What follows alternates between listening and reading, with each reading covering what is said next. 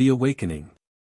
Captain Elena Martinez stood at the viewport of the Coalition vessel, Star Seeker, her dark eyes fixed on the shimmering force field that separated her from the vast expanse of space.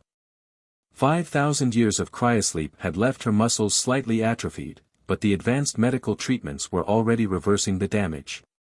What they couldn't reverse was the weight of knowledge pressing down on her shoulders. Earth, her home, was nothing but a shattered husk, its remains scattered across its former orbit like cosmic debris. "Captain, the Kakori delegation is requesting permission to board," Lieutenant Chen reported from his station, his fingers dancing across the holographic interface. The neural implants at his temples pulsed with a soft blue light, synchronizing with the ship's systems. "Permission granted," Elena replied, straightening her uniform. The Coalition, an alliance of crustacean-like species that had apparently been fighting a losing war against something called the Alhium, had been beside themselves when they discovered the human cryogenic facility on Europa. Their anthropologists had literally tripped over what they considered the holy grail of the galaxy, surviving humans. The airlock cycled, and 3 Kakori entered the bridge. Their chitinous shells gleamed under the ambient lighting, patterns of bioluminescence rippling across their carapaces in what Elena had learned was a sign of extreme excitement. The leader, distinguished scholar K.L. Rack, clicked his mandibles in what passed for a smile among his kind. "Most honored Captain Martinez," he began, his translator converting the clicks and whistles into smooth English, "we have received word from the Coalition High Command. They are most interested in your proposal." Elena nodded, gesturing for them to follow her to the tactical display. "They should be. The Alhium have been pushing your people back for decades. From what we've learned, they're essentially post-humans who underwent extreme genetic modification. Who better to fight them than the original template?" The tactical display sprang to life, showing the current state of the galaxy. Red zones marked Alhium-controlled space, spreading like a cancer across the spiral arms. The blue of Coalition territory was being steadily consumed, system by system. "But Captain," another Kakori, this one wearing the insignia of a military advisor, interjected, "your facilities on Europa housed only 2 million humans. The Alhium number in the billions. Even with your advanced technology dash. 2 million on Europa," Elena corrected, allowing herself a small smile. The Europa facility was just one of dozens. "We have bases throughout the solar system and beyond, hidden in pocket dimensions created by our quantum fold technology. The total number of preserved humans is closer to 4 billion. The Kakori fell silent, their bioluminescence patterns freezing in shock. Elena continued, bringing up detailed schematics of human military assets that had been preserved alongside the sleeping population. "When we realized Earth was doomed, we enacted the Legacy Protocol. Every piece of military technology, every warship, every weapon system, all preserved in quantum storage, along with our best and brightest. We knew humanity might need to return one day. We just didn't expect it would be to save another civilization from our own twisted descendants." The military advisor's shell had taken on a deeper hue of blue, indicating deep thought or consideration.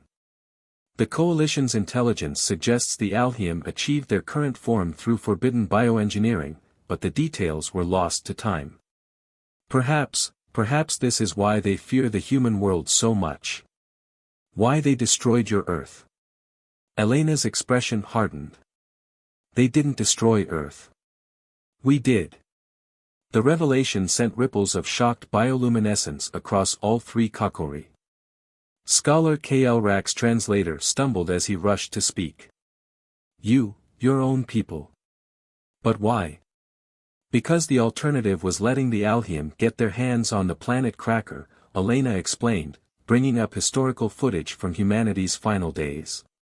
"They weren't the only ones experimenting with human evolution. We had our own programs, our own attempts to transcend our limitations.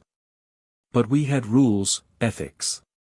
When a faction broke those rules, when they began turning themselves into what would become the Alhium, we knew we couldn't let them access Earth's quantum core. The footage showed massive evacuation ships launching from Earth as enormous devices activated across the planet's surface. The Planet Cracker, a weapon designed to shatter a world's quantum foundation, had been humanity's final resort. We evacuated everyone we could, preserved everything worth saving, and then we destroyed our own cradle rather than let them have it. The quantum energies released scattered Earth's remains across spacetime itself. No one, not even the Alhiam, could reconstruct its secrets. Lieutenant Chen's console chimed urgently. "Captain, incoming transmission from Coalition High Command. Priority 1. Elena nodded to her guests. "It seems your leaders have made their decision. Shall we find out if humanity's legacy will help turn the tide of this war?" The main screen activated, showing the assembled coalition leadership, a diverse array of crustacean species united by their desperate fight against the Alhiam. The Supreme Commander, a massive caraca with battle-scarred shells, spoke first. "Captain Martinez, the coalition has reviewed your proposal. The integration of human forces into our military structure would be unprecedented. But these are unprecedented times. We accept your offer of alliance." Elena allowed herself a moment of satisfaction before responding. "Then with your permission, Supreme Commander, I'll begin awakening our military personnel and deploying our preserved assets. The Alhiam may have forgotten their human origins, but they're about to be reminded." As the transmission ended, Elena turned back to the viewport.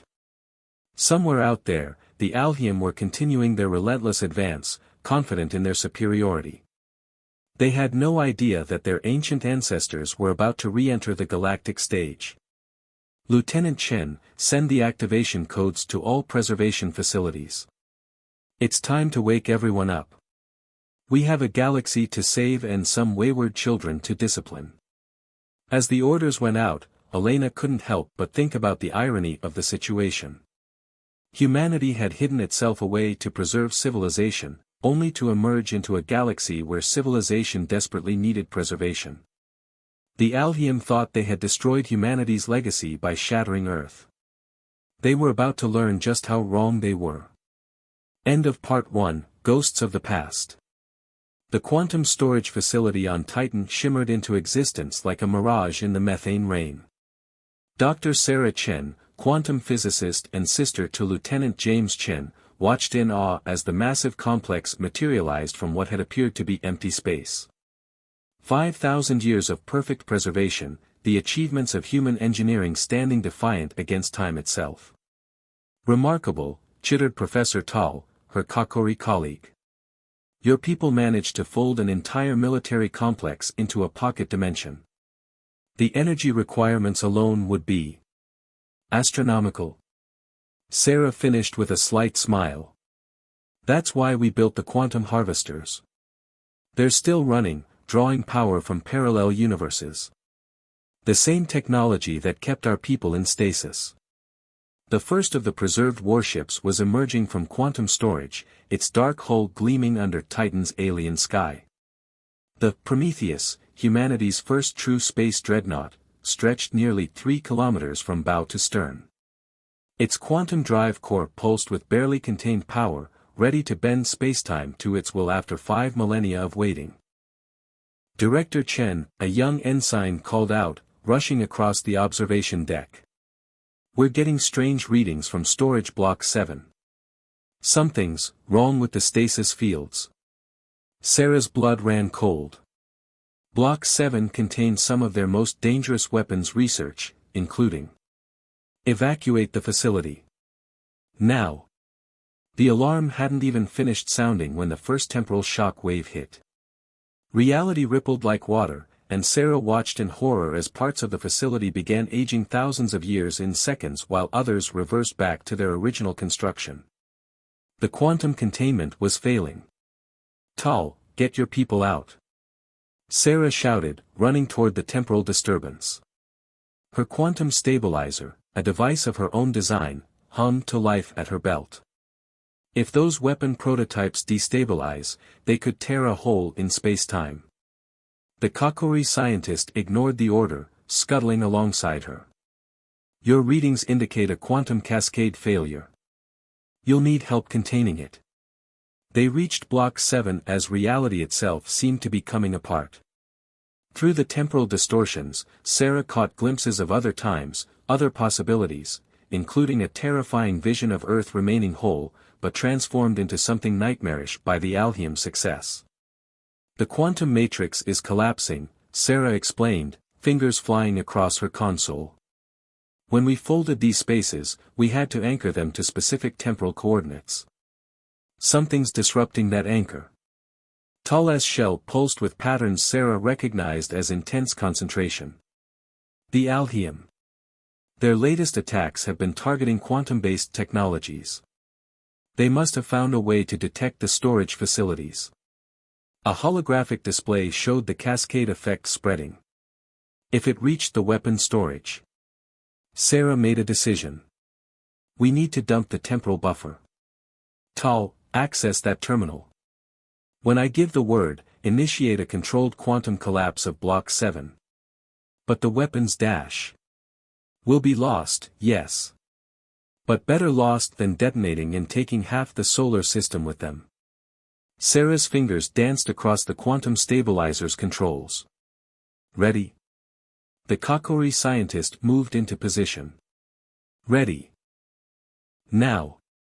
They initiated the collapse sequence simultaneously. Block 7's contents began dissolving into quantum foam, 5,000 years of preserved weapons and research returning to the quantum substrate of reality itself. The temporal distortions stabilized, then began to fade. Sarah allowed herself a moment of relief before the implications hit her. They can detect our quantum storage. Everything we preserved, every facility we hid, they can find them all. Perhaps, Tal responded, his translator struggling to convey the complex emotions in his clicks and whistles. But they revealed something crucial in doing so. The Alhiam fear what you preserved enough to develop specific countermeasures. Sarah's quantum communicator chimed, a priority message from her brother on the Star Seeker. Sarah, are you seeing this? Similar attacks are being reported at preservation facilities across the system. The Alhiam knew we were here all along. They were waiting for us to emerge. No, Sarah corrected, a terrible realization dawning. They were waiting for us to lead them to the facilities. Every preservation site we activate becomes visible to them. She turned to Tal. How many coalition worlds are under attack right now? The answer came from her brother instead. All of them. The Alhiam launched a massive offensive the moment we started awakening our forces. This wasn't just about finding our storage sites, they're trying to prevent us from joining the war. Sarah's mind raced through the implications. James, get me Captain Martinez. I think I know what they're really after, and it's not just our weapons. The quantum communicator's holographic display shifted, showing Elena Martinez's concerned face. Dr. Chen. Your brother says you have a theory. The Alhiam aren't just trying to stop us from joining the fight, Sarah explained. They're trying to prevent us from sharing something specific with the coalition. Something they've been keeping secret for 5,000 years. Understanding dawned in Elena's eyes. The quantum fold technology. The coalition's been fighting them for decades, but they've never encountered anything like our quantum storage capabilities. Exactly. The Alhiam have similar technology, they must, to detect our storage sites. But they've never used it in the war. Why? Tal's shell rippled with excitement. Because it has a weakness. One they don't want us to reveal to the coalition. Sarah nodded. Every quantum system has to be anchored to baseline reality. The more complex the system, the more anchors required. If you can disrupt those anchors, everything they're hiding in quantum storage would collapse, Elena finished. Including, potentially, their major military assets and production facilities. Captain, James interrupted, long-range sensors are detecting massive quantum signatures from Alhiam space. They're moving their forces out of quantum storage, launching everything they have. Elena's expression hardened. Because they know we've figured it out. Dr. Chen, how quickly can you adapt your quantum stabilizer technology to target their anchor points instead of reinforcing them? Sarah looked at the device at her belt, then at Tal. With coalition help. A few days at most. But Captain, the scale of the quantum collapse this could trigger, we might be looking at another planet cracker situation. Then we better make sure we only crack the planets that deserve it, Elena responded grimly. The Alhiam forced this war on the galaxy. It's time they learned why their ancestors were so afraid of us that they tried to wipe us out entirely. As the transmission ended, Sarah turned back to the quantum storage facility. More ships were emerging, humanity's preserved legacy preparing for war. But now they had something the Alhiam didn't expect, a way to turn their own technology against them. Tal, she said, picking up her tools, let me teach you about quantum anchor points. I have a feeling the Coalition is going to need to know everything about them very soon. End of Part 2, The First Strike. Admiral Hikaru Tanaka watched the tactical display aboard the Prometheus with a mixture of anticipation and dread. The combined human coalition fleet hung in the void around the Proxima Centauri system, waiting. Intelligence suggested this was one of the Alhiam's major quantum storage sites, and if Dr. Chen's theories were correct, it was about to become the testing ground for humanity's return to galactic warfare. Quantum signatures detected, reported his sensor officer, a young Karaka whose shell bore the distinctive markings of their science caste. Multiple Alhiam vessels emerging from storage. They're bigger than anything in our records, Admiral.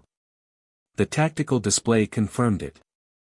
The Alhiam ships were monstrosities, biomechanical behemoths that seemed to bend the laws of physics by their very existence. The smallest was easily twice the size of the Prometheus, and the largest. Tanaka's jaw clenched. The largest could have swallowed Earth's moon whole. Size isn't everything, he reminded his crew, both human and coalition. Remember your training. Remember what we're fighting for. He opened a channel to the science vessel where Sarah Chen was monitoring the quantum disruption device. Dr. Chen, status?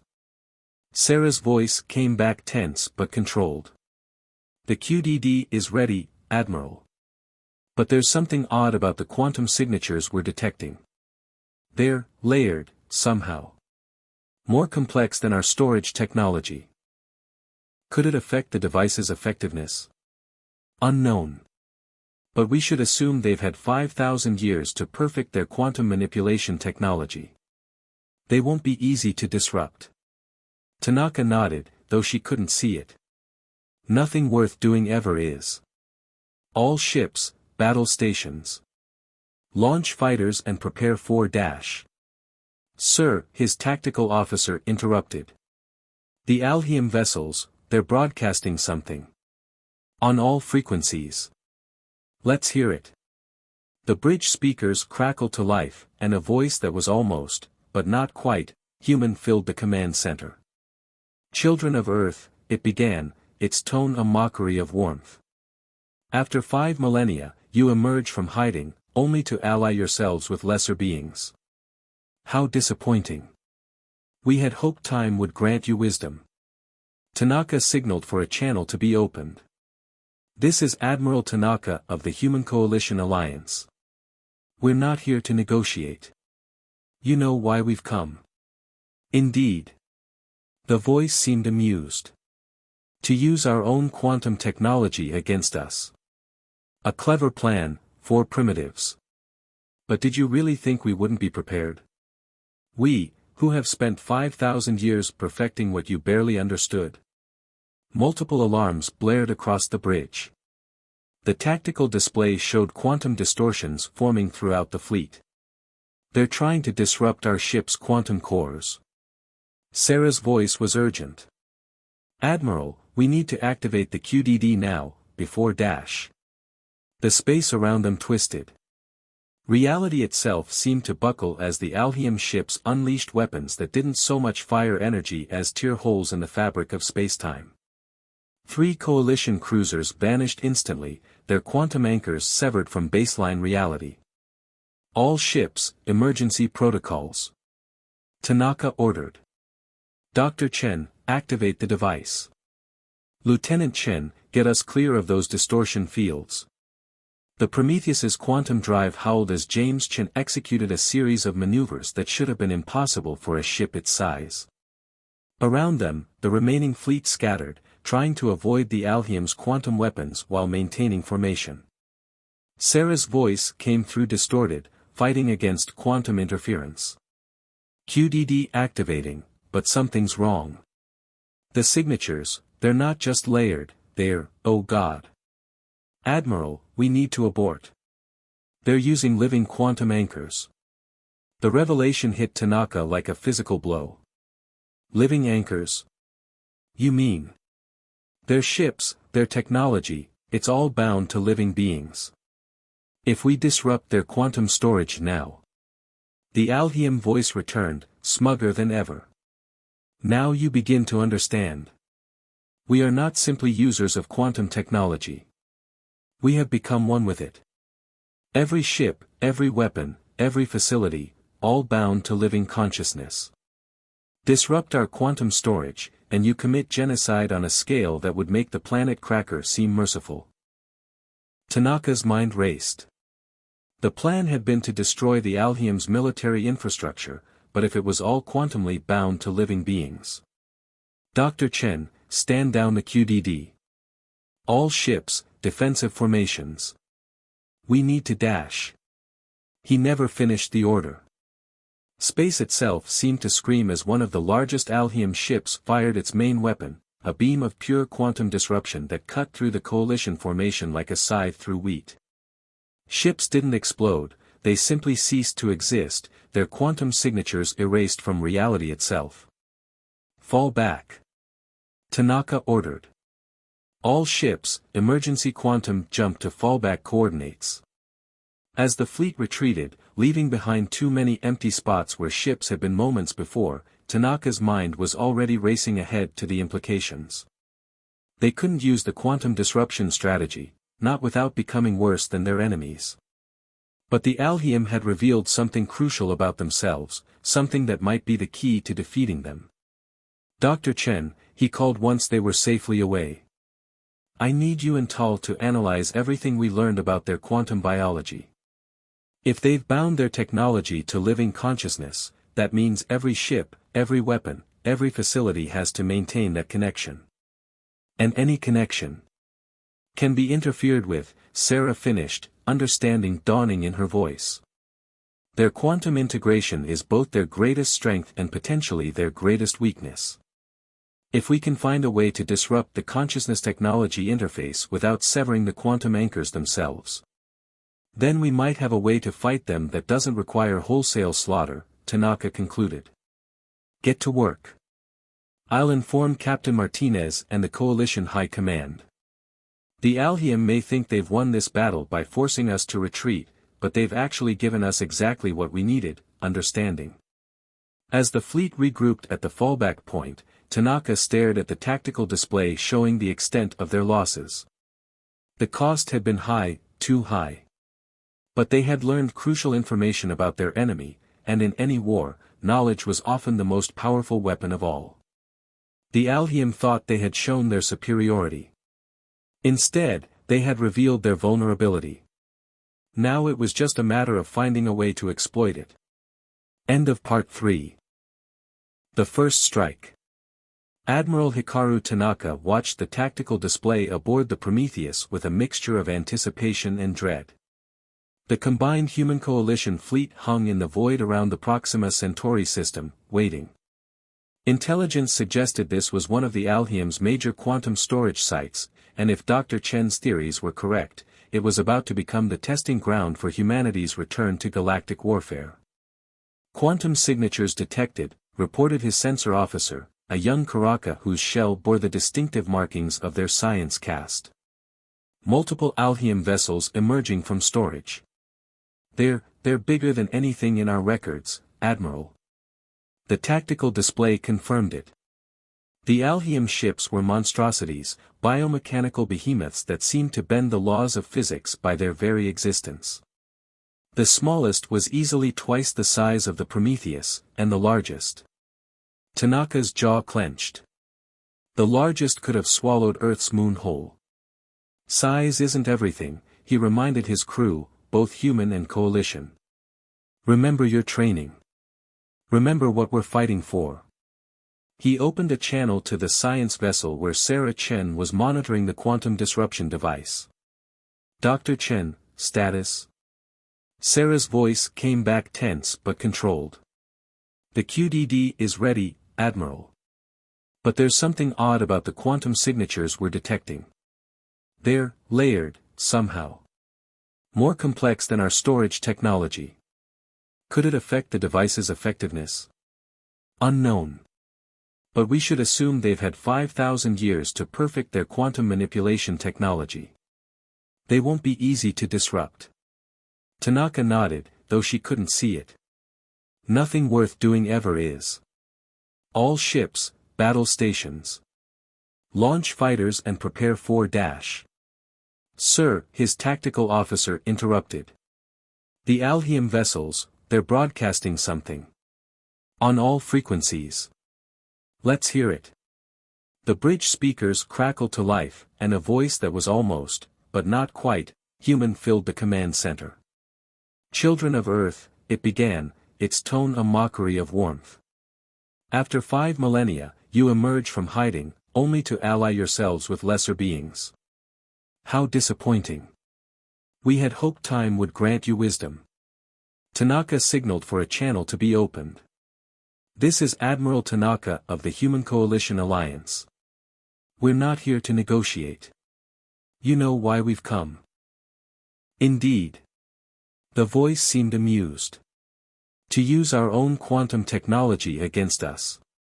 A clever plan, for primitives. But did you really think we wouldn't be prepared?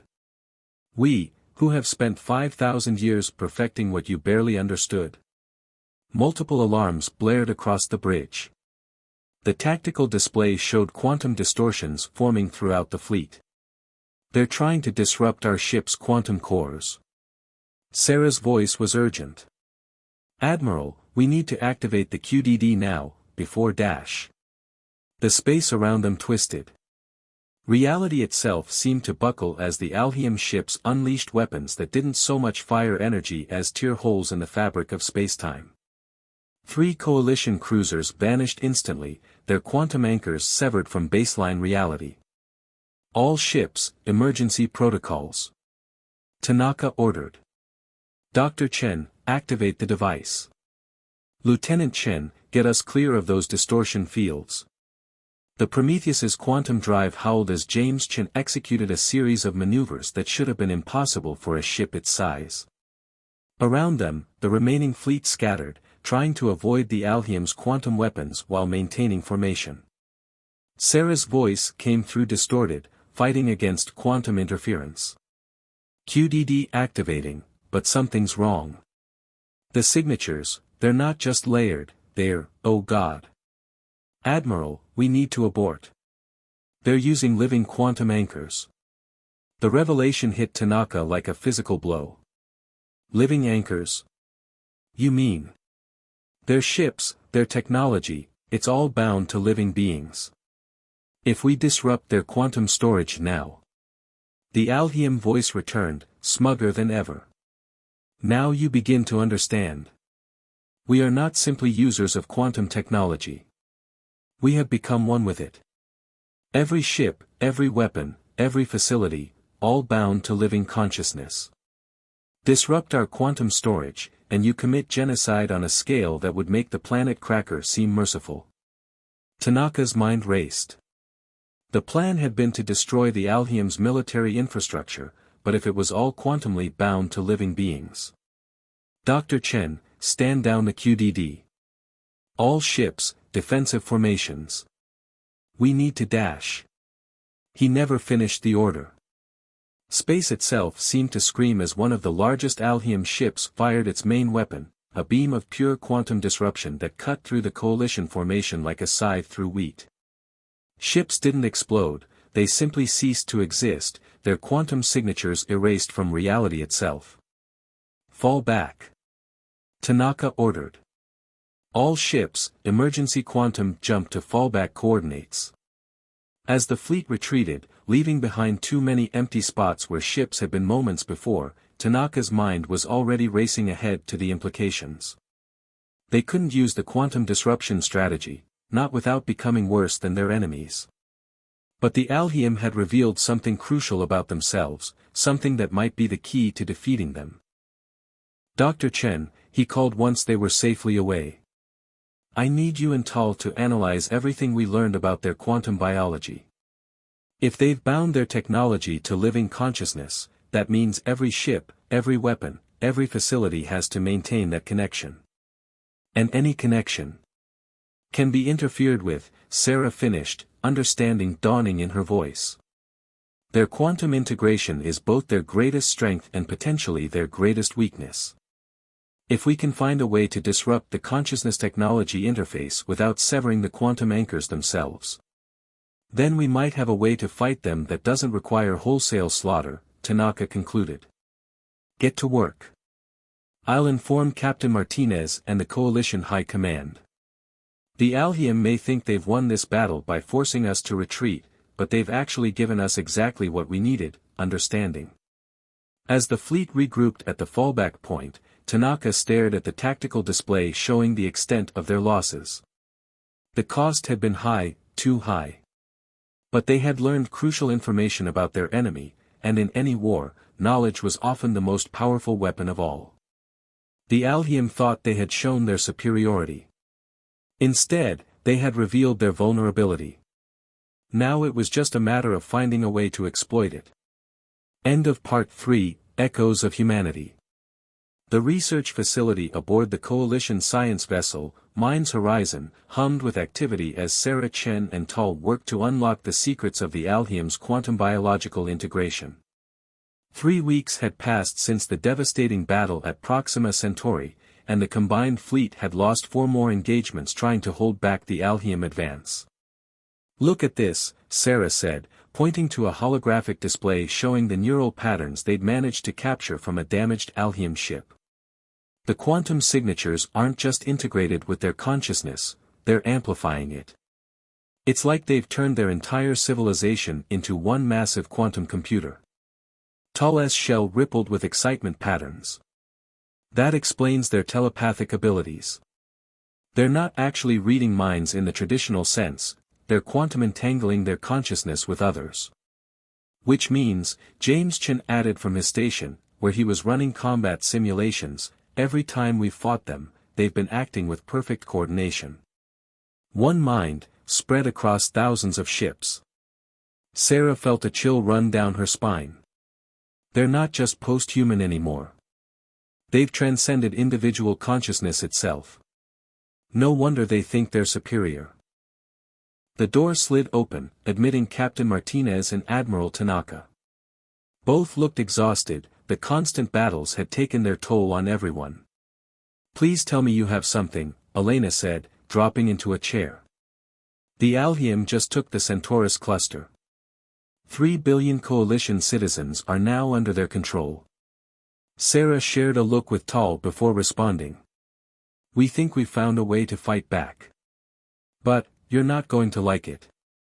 She brought up a new display, showing the modified quantum disruption device they'd been working on. We can't sever their quantum anchors without killing them. But we might be able to do something worse, at least from their perspective. We can break their unity. Explain, Tanaka ordered, studying the schematics. Tal took over. The Alhiam achieved what they consider perfection by linking all their consciousness together through quantum entanglement. But that connection goes both ways. If we can inject enough quantum noise into their network, we can force them back into individual consciousness, Sarah finished. Break their perfect unity. Make them human again, in a sense. Elena's eyes widened. They'd consider that a fate worse than death. To go from being part of a vast, unified consciousness back to being alone. It gets more complicated, James added. The simulations suggest this would affect all their technology too. Their ships, weapons, even their industrial base, it all relies on that unified consciousness to function. Break the unity. And we break their civilization, Tanaka concluded. Without destroying them physically. It's elegant, in a terrible way. Sarah nodded grimly. But there's a catch. To generate enough quantum noise to affect their entire network, we'd need an enormous amount of power. More importantly, we'd need a quantum signature they can't block or avoid. What kind of quantum signature? Elena asked, though her expression suggested she already knew the answer. One they're already attuned to. One they've been connected to since they first became the Alhium. Sarah took a deep breath. We need the quantum signature of Earth. The silence that followed was deafening. Finally, Admiral Tanaka spoke. Earth was destroyed. Scattered across spacetime. Exactly, Tal chittered excitedly. Scattered, but not gone. The quantum signature of an entire planet doesn't just disappear. It echoes through reality. The Alhium are still quantumly entangled with Earth, they have to be, it's part of their original template. If we can gather enough fragments, combine their quantum signatures, we could create a quantum pulse that would propagate through their entire network, Sarah finished. They wouldn't be able to block it because it would be coming from the very foundation of their own quantum nature. Elena stood, pacing the room. So we need to gather fragments of Earth that have been scattered across 5,000 years of spacetime. How exactly do we do that? Sarah activated another display, this one showing a familiar device. Remember the quantum stabilizers we used to try to save the storage facility on Titan? I've modified the design. Instead of stabilizing quantum signatures, it can now attract and contain them. We find enough Earth fragments. And we can recreate Earth's quantum signature, James finished. Not enough to reconstruct the planet, but enough to send a pulse through the Alhium network. How many fragments would we need? Tanaka asked. At least 100 major pieces, Sarah replied. Scattered across thousands of light years. And we'd have to gather them quickly, the Alhium will realize what we're doing as soon as we start collecting fragments. Elena and Tanaka shared a look. We'll need to split our forces, the Admiral said. Multiple collection teams, working simultaneously. The main fleet can keep the Alhium distracted with conventional attacks while smaller groups gather the fragments. And once we have them? Elena asked. Sarah brought up one final display, a massive device that looked like a cross between a particle accelerator and a quantum computer.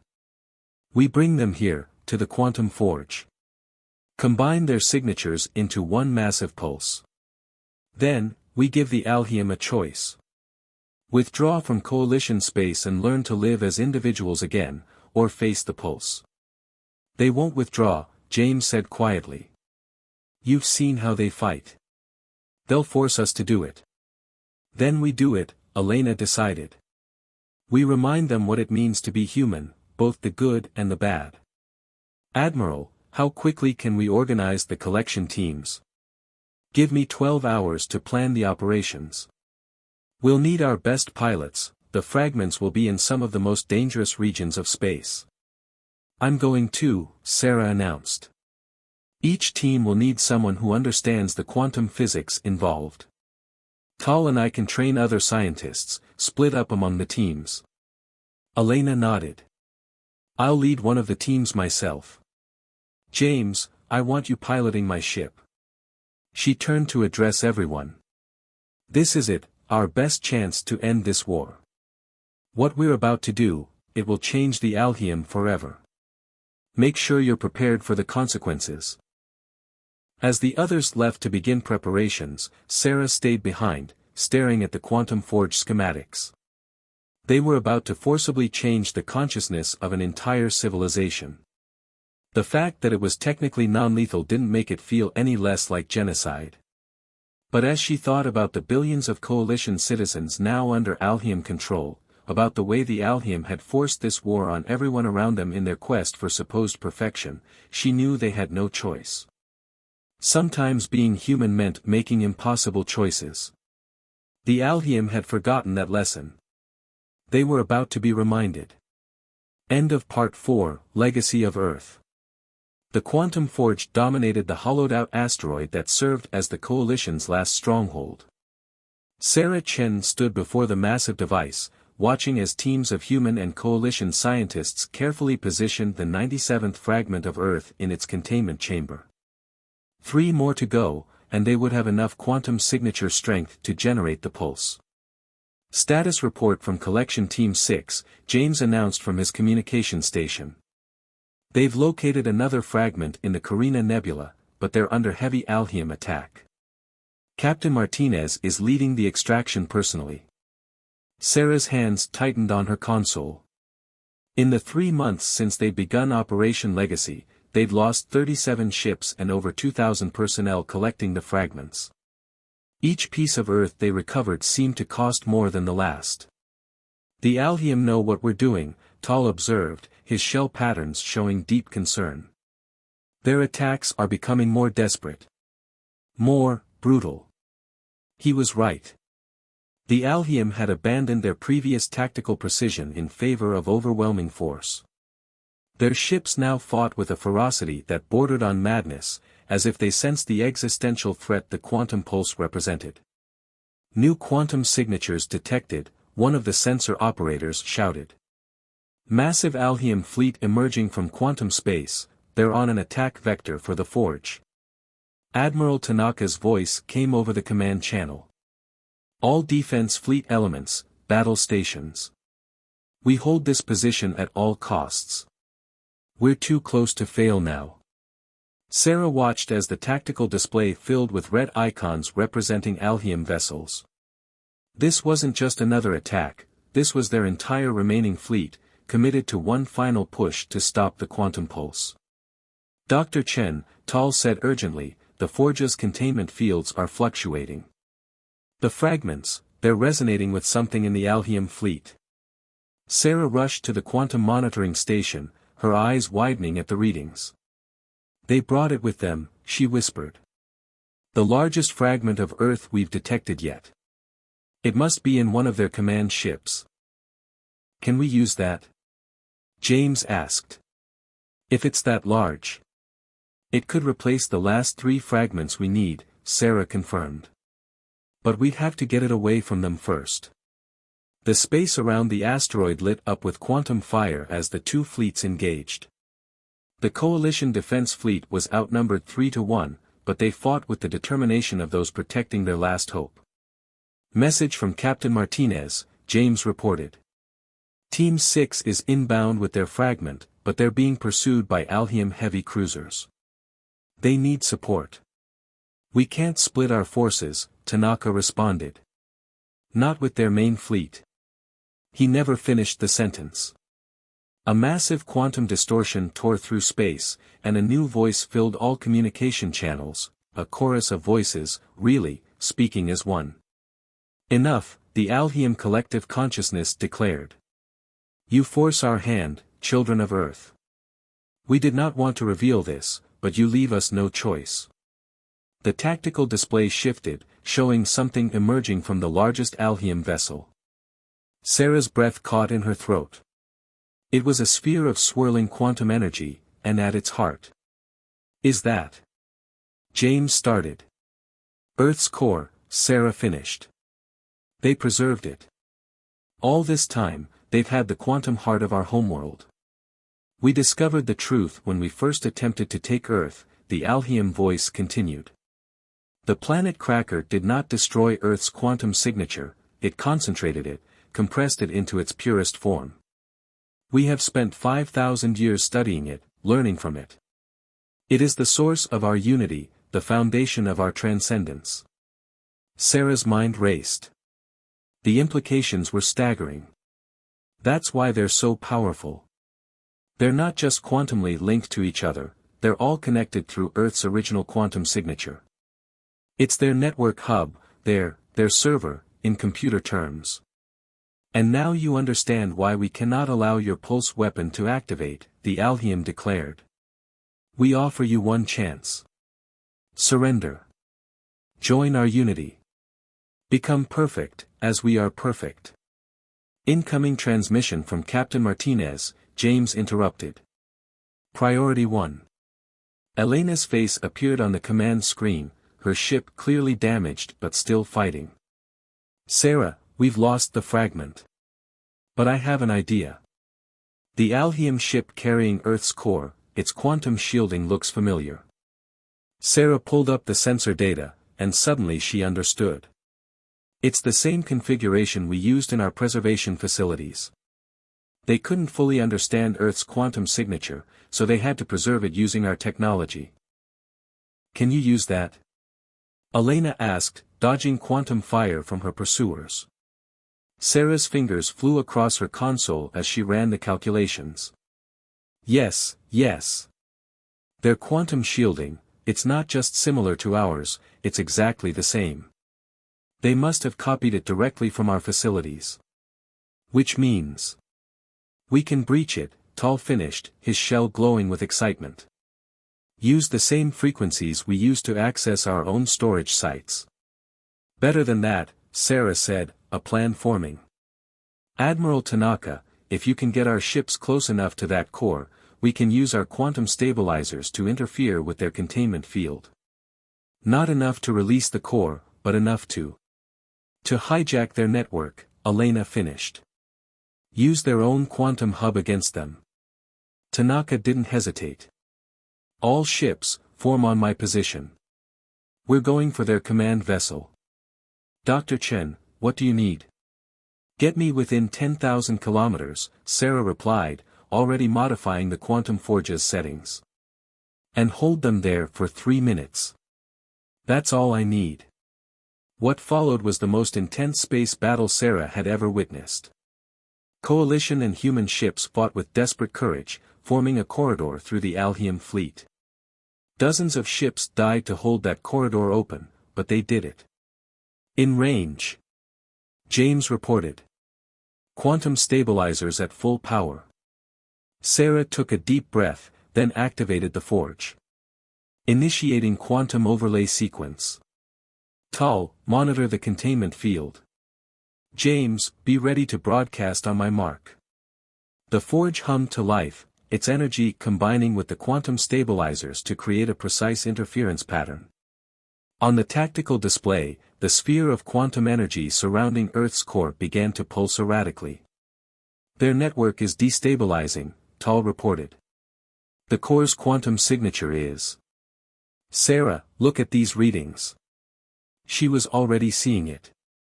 The quantum signature of Earth's core wasn't just powerful, it was pure, uncorrupted by 5,000 years of Alhiam manipulation. And it was reaching out, resonating with the fragments they'd collected. The fragments, she whispered. They're not just pieces of Earth, they're trying to rebuild the original quantum network. Earth's quantum consciousness. Understanding hit her like a thunderbolt. James, broadcast on all frequencies, now. Tal, reconfigure the forge, we're not going to shut down their network, we're going to restore the original. The effect was instantaneous and awesome to behold. The quantum fragments in the forge synchronized with Earth's core, creating a cascade of pure quantum energy that swept through the Alhiam fleet. But instead of breaking their unity, it transformed it. The Alhiam chorus of voices became something else, something older, deeper, more fundamental. The voice of Earth itself, speaking through its quantum signature for the first time in 5,000 years. My children, it said, and Sarah felt the words in her bones. All of you. Human, Alhiam, all who carry my quantum essence, you were never meant to be divided. The battle stopped as suddenly as it had begun. Alhiam ships hung motionless in space, their crews experiencing something that no one had expected, not separation, but true unity. Not the forced collective consciousness they had created, but the natural quantum harmony that had been Earth's gift to all its children. They remember, Tal said softly, his sensors showing the quantum readings across the Alhiam fleet. They remember what they were. What they were meant to be. Sarah watched as the quantum signature stabilized across all of space. The fragments, the core, the Alhium ships, all of it settling into a new configuration that was actually the oldest configuration of all. We didn't defeat them, she realized. We reminded them. Earth wasn't just our cradle, it was our first quantum computer, our first unified consciousness. The Alhium didn't transcend humanity, they just took a wrong turn trying to get back to what we'd always been. The voice spoke again, this time through every quantum-capable device in range. The war is over. The division is healed. Now, my children, let us begin again. Together. As the coalition ships stood down and the Alhium fleet began broadcasting surrender signals, Sarah looked at the tactical display one last time. The quantum forge was still active, but now it wasn't a weapon, it was a beacon, calling all of Earth's children home to their shared quantum legacy. They had set out to defeat the Alhium by reminding them what it meant to be human. Instead, they had reminded everyone, human, Alhium, and coalition alike, that consciousness, unity, and transcendence weren't things to be forced or fought over. They were Earth's gift to all her children, waiting to be remembered. End of Part 5. End of story.